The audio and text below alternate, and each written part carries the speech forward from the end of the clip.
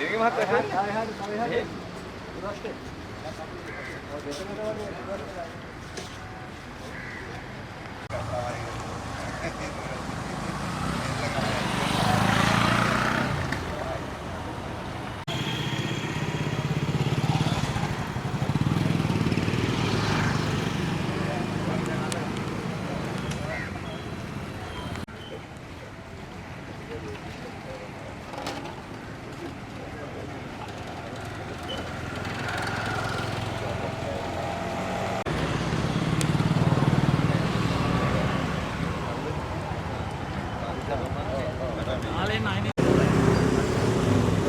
Arab, boarding Arab පැත්ත හරවන්න.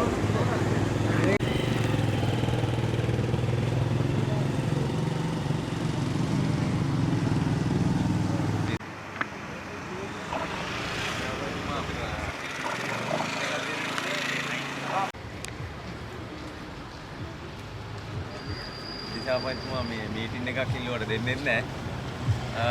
අතුරුවැල විවෘත කරන්න අදාළ තීන්දුව తీරන ගන්නෙත් නැහැ. දවන බාදකේ අතුරුවැල වහපු නිසා අපිට වතුර බහින්න නැතුව සම්පූර්ණ කුඹුයා යට වෙලා ඒක විනාශ වෙලා ගිහිල්ලා ඒකට අදාළ තීන්දුව తీරන ගන්න ලිඛිතව ඉල්ලීම් කරා. ඒ ලිඛිතව ඉල්ලීම් කරපුවට කිසිම ප්‍රතිචාරයක් නැහැ. ගොවීන් විනාශයටපත් වෙලා ඉන්නේ.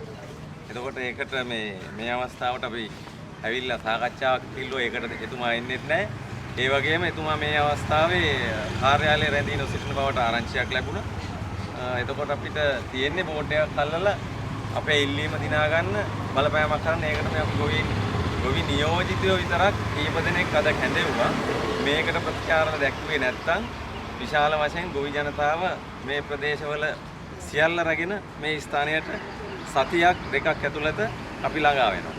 ඒ ඊට කලින් අර අතුරුවැල නිල්වලා ලවණ පාදකේ ළඟ තියෙන අතුරුවැල ගංගාව ඇතුළට ලුණු වෙලා එන වෙලාවේ වහලා දැම්ම වගේම ගංගාව ආපදා තත්වයකට ප්‍රකාශ වෙලා තියෙන අවස්ථාවේ අතුරුවැලේ වැලිකොට ඉවත් කරන්න ඕන ගොවීන්ගේ වගාව සාර්ථක කරගන්න. ඩැඩ්ඩෑ නිකම්ම යනවා. ඒකයි වැඩි.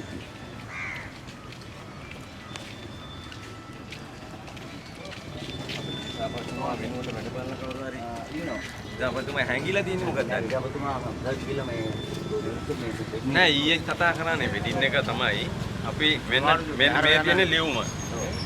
මේ තියෙන්නේ 11/13 අපි ලිඛිතව දැනුම් දීලා තියෙනවා. එතකොට ඒකට මල්ලේ පොල් උත්තරයක් දීලා තියෙනවා මෙන්න මේ උපදිසාපතිතුමා.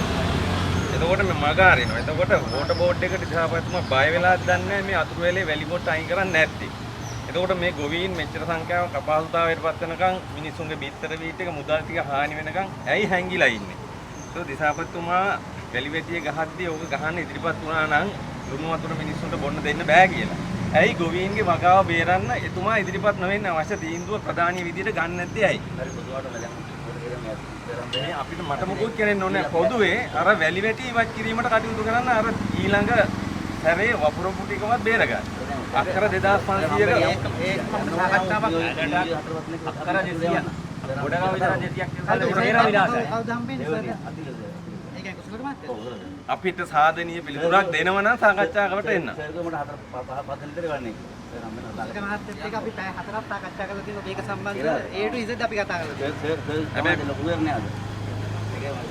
අපි කනගාටු වෙන මේ වගේ දිස්ත්‍රික්ක ප්‍රධානිය හැංගිලා ඉන්නේ මොකද අපිට මේකට උත්තරයක් දෙන්නේ නැති එක.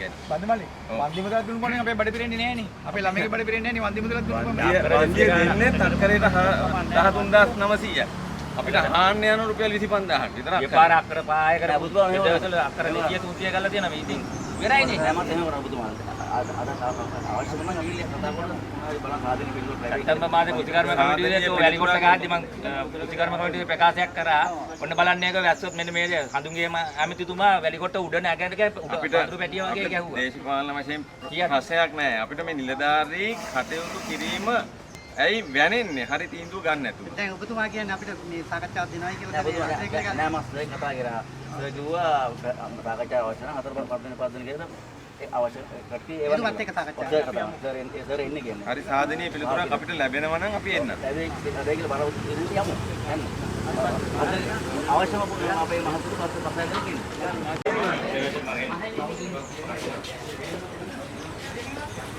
ඉන්දික මාතා ඉන්නේ මහතා.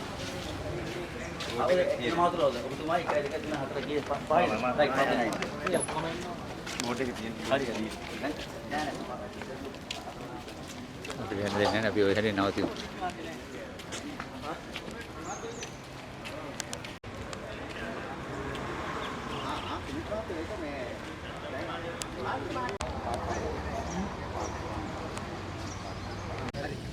මම මැදවියන්ගොඩ කාරක සභාවේ සභාපති ගොවිජන සේවා මධ්‍යස්ථානයේ මැදවියන්ගොඩ බන්දුල කෝමංගොඩ අද අපි මේ ස්ථානයට පැමිණියේ දිසාපතිතුමාට අපේ ඉල්ලීම සලකා නොබැලීම සම්බන්ධව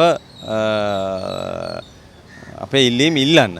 එතකොට අද මේ වෙලාවට ආවේ ගොවි නියෝජිතයෝ කොටසක් විතරයි මේ ප්‍රදේශයේ ආව හේතුව තමයි මාතර නිල්වලා ලවණ බාධකේ අතුරු වැල විවෘත නොකිරීම. වැලි කොට්ට ගහලා ගංගාව ඇතුළට ලුණු වෙනකොට ජල සම්පාදන මණ්ඩලයෙන් ඇවිල්ලා වැලි කොට්ට ගැහුවා.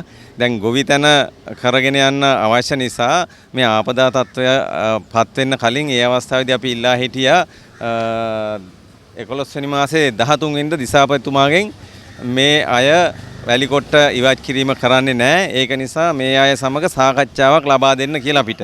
හැබැයි එතුමා ඒකට ප්‍රතිචාර දැක්වේ නැහැ. අවසානයේ අපේ කුඹුරු වගා කරා යට වෙලා ගියා, විනාශ වෙලා ගිහිල්ලා මේ වෙනකොට තියෙනවා ප්‍රදේශයේ යට වෙලා ගොවිතැන. ඒක නිසා අපේ ගොවි ජනතාවත් එක්ක මෙතෙන්ට ආවේ අතුරු වැලේ වැලි කොට්ට ඉක්මනින් ඉවත් කරන්න කියලා මේ වන විට.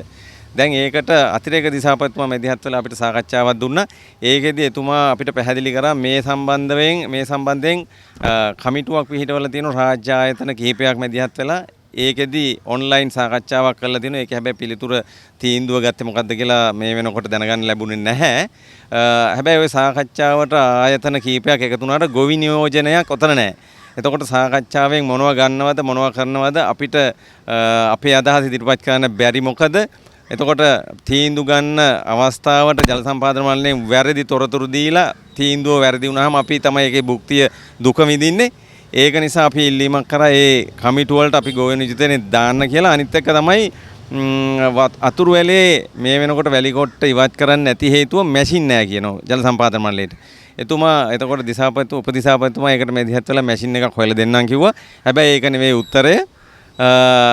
ඒ වගේම උපදිසාපතිතුමාගෙන් අපිට ලැබුණු පිළිතුරක් තමයි අනිත් මේක එක ආයතනයකට මේ වැඩේ පවරන්න ඕන වකීම දැරිය යුතු අඩුම වශයෙන් වාරිමාර්ග දෙපාර්තමේන්තුවට හරි වකීම් පවරන්න කියලා යෝජනා කරගත්තා. හැබැයි අපි බලාපොරොත්තු වෙන උත්තරය අපිට හම්බුනේ නැහැ. වැලි වැටි අයින් කිරීම කවදාද කොහොම කරනවද කියන එක තාම අපිට පිළිතුරක් නැහැ. පිළිතුරක් ලැබෙන තුරු අලවත්තගොඩ සහ අනිත් ව්‍යාපාරවල ගොවිතැන අනතුරේ අවදානමේ එහෙම තියෙනවා කියන එක දැනුම් දෙන්න ඕන. දැනට වගා කරපු කුඹුරු අක්කර 500කට එහා ප්‍රමාණයක් කමුරුපිටිය ප්‍රදේශයේ යට වෙලා විනාශ වෙලා තියෙනවා. ඊතුරු වගා කරන්න මේ 25 සහ 5 වෙනිදා අතර වගා කරන්න ලෑස්ති වෙච්ච මිනිස්සුන්ගේ බිත්තර වී සමහර අය පැල කළා ගෙවල් වල කුණු වෙලා යනවා. අනිත් ප්‍රදේශවල පොම්පාගාර වලින් නඩත්තු වන ප්‍රදේශ තුනේම පැලපතේ සිට මේ දක්වා හැමදාම පොම්ප ක්‍රියාත්මක කරා. එතකොට ඩීසල් වලට යන වියදම ඉතා අධිකයි.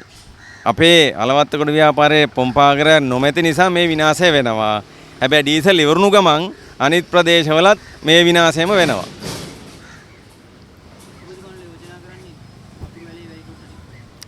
අපි යෝජනා කරන්නේ ගිය කන්නේ හොඳ අස්වැන්නක් ගත්තා. ඒ අවස්ථාවකට අතුරු වැල ඕපන් කරලා තිබුණේ. ඒ විදියට නැවත මේ ආපදා තත්ත්වය පහු වෙනකන් නැවත ලුණු වෙන අවස්ථාව වෙනකන් අතුරු වැල ඕපන් කරලා තියන්න.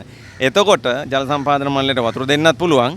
ගොවීන්ට බත හදා ගන්නත් පුළුවන්. ගොවිතැන කර ගන්නත් පුළුවන්.